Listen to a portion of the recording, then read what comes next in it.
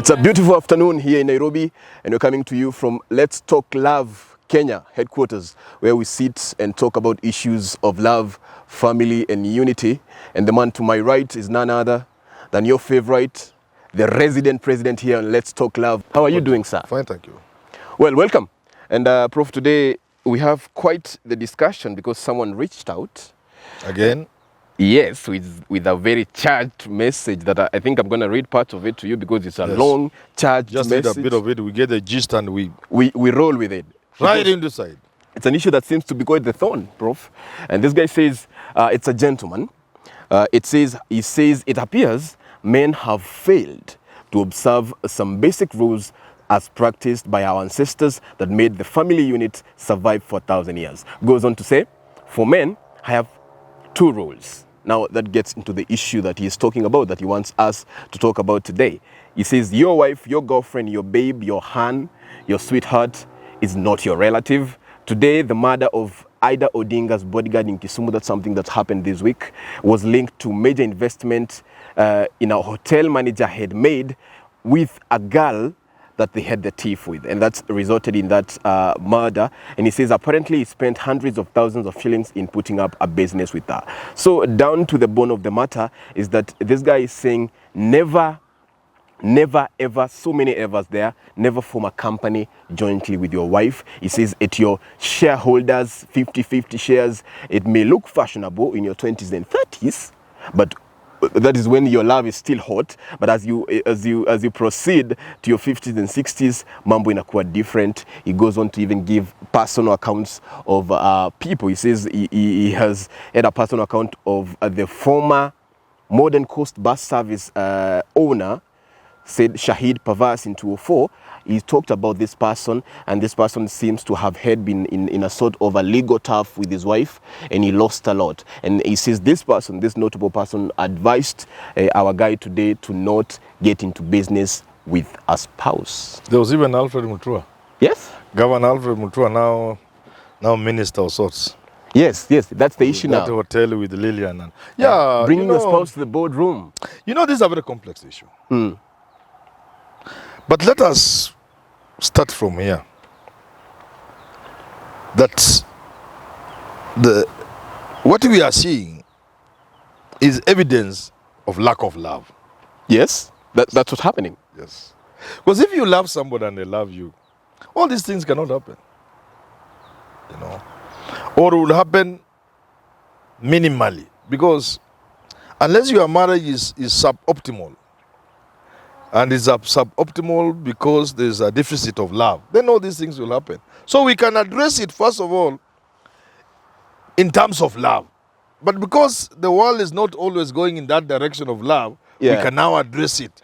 That, look here, how will you know that there will be love? You know, so we are being pragmatic, practical, but on the onset we must say, if 2 people love each other, and love endures many things. Love will exist when you are poor, and there will be love when you are rich. Even when you sign a prenup. Love will be there when you are young. Love will be there when you grow old. You've seen couples of people. They love each other so much, they are 60, 70. When one dies, the other one dies within a year. Yeah, they can't live without that person. They are part of them. You know, that kind of thing. So, that is evidence that love should not die with age. There are people who are multi-billionaires, and they are 78 years, and you see the man with the wife, you know? And the woman didn't jolt with half the wealth? Yes, so we must remove that from the way and say, where there is love, cultivate the love, sustain the love. You know, love can also grow old. Love can also die. Love can also suffer injury. Yeah? It can grow, it can rust. You know? So make sure you sustain your love. You galvanize it. You charge your love. When the battery of love is low, you charge it. You know? So long as love is there fully charged and fully operational, you should not fear. Because your wife is your best friend. Your wife is your girlfriend. Why would you fear investing with your wife? Because she's your girlfriend. She's you. She's your best friend. But modern men just can't trust women. A man's wife is his best friend. A man's wife is his girlfriend. Why would you fear investing? Now, so that we put one side. Okay. Now we go to the other side. There are two sides of this coin then? Yeah, there are two sides. Because we are not so sure about love is something that's not very easy to be sure of. There is nothing wrong with being cautious. Caution never killed anybody. You can't be too cautious on Mwarabu anasema amini jirani wako lakini funga ngamia wako. So there's nothing wrong with being cautious because one, you can't be 100% sure there's love. You can never know. You try your best, you hope, you believe in it, you work for it, you work on it. But in the unlikely event, however slim the chance that your partner actually wasn't looking at love, they were looking at your property or your education or whatever it is, or your family. Or in the event the love wouldn't be sustainable. Because these things again happen. In the event strong love becomes weak and enemies penetrate your home and your husband begins to look at other women, the temptations of Satan. It's only Jesus who managed to withstand the temptation. We all fall short. We all fall short. We are all made of flesh. And the temptations can make your wife begin to look at other men and in the process get even confused. So what this man is talking about is caution. Caution, whereas in traditional societies, men own their property. Some of it women will know, some of it women will not know. I don't want to encourage so much of that, but it's a way of looking at things. That, I could have something with my wife, others in my own name. Still one or two others, nobody knows. I'll have shown that. And which I'll be telling young men, despite everything, despite all the love, a woman is always looking up. If a woman looks up and you are not there, you are gone. And that's why our traditional fathers, why men have become useless today, use the word useless. Men who have retired, old men, nobody cares about them. Because a man always had something to give. So the respect was sustained. He had land to give. We utalima pale, we alime huko. He had cows to give for you to marry. So you know, he never became useless. He had daughters to give. He had daughters to give. Yeah. And when the daughters came home, when they go back, they go in a certain way because they have come to a home. They go back with something in the chiondo. So a man always had relevance. But it was perpetually bought. Yes. You're saying man had to perpetually buy his place and his love in society? He's not buying it. He has a place. His relevance was from the fact that he had something that people were hanging on. Right. And you have heard people say, if you are a president and you stop being president, you think simu yako imeharibika, nobody calls. People call you because they want something. That is even at a lower level in family. That's why in places like Mount Kenya region, wazee wameisha.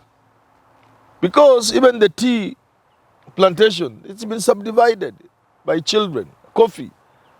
I did a research in those areas and I saw it. Men are useless. They are not providers. Yeah, because they have been wamenyang'anywa kila kitu. They are living, even the pension goes to the woman or something, or children are dividing the coffee, the tea. So ideally, therefore, from a practical point of view, I would advise young men, it is important to have something that gives you relevance. But now,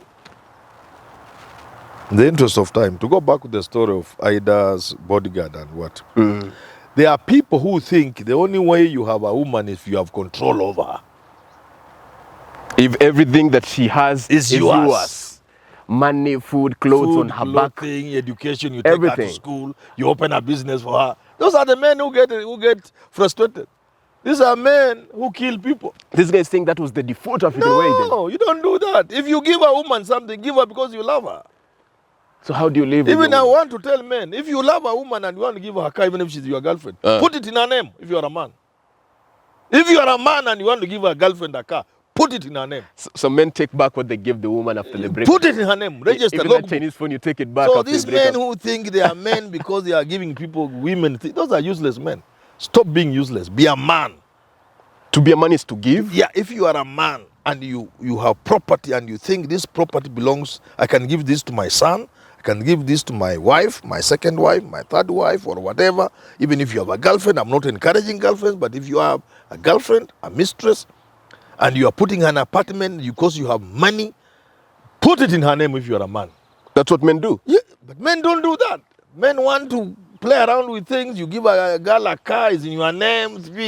You're insecure. You pretend, oh, I'm still paying the loan, so the logbook can come in your name. So those are men who think they are only men because they are able to give women things, material things. So if you take your girl to university, take her knowing she's a human being you love. And Not so that you control her. If you buy her, if you open for her a business, don't open to her as a way of showing you are the man. Give her because you love her and you think it's good for her. Now, you must be prepared, and I want to tell men, be prepared. Be prepared. If you buy a woman something or you give a woman something, even women are now doing that, even a woman. If you are giving a man something, can you please try to imagine Mekosana and ask yourself, how now will I be? Nitaenda kuchoma hiyo gari? Nitaenda kuchoma hiyo nyumba? No, I'm a man. Hata tukikosana na yeye, achukue. That's why I'm saying, to save yourself those emotional moments when you can do silly things like kill, like go and repossess property, the way we used to do when we were young people, bring back my photographs. They still do it. Are they called pictures of photographs? Only it's not pictures these days. They are called what? Yeah, those During our days. albums. Rudisha picha zangu, nini. Yeah. So you are not a teenager to do that. You are a man. You are a woman. And therefore that woman, if you see that boy, you love him and you give him something, the best test is to put in the name of that boy.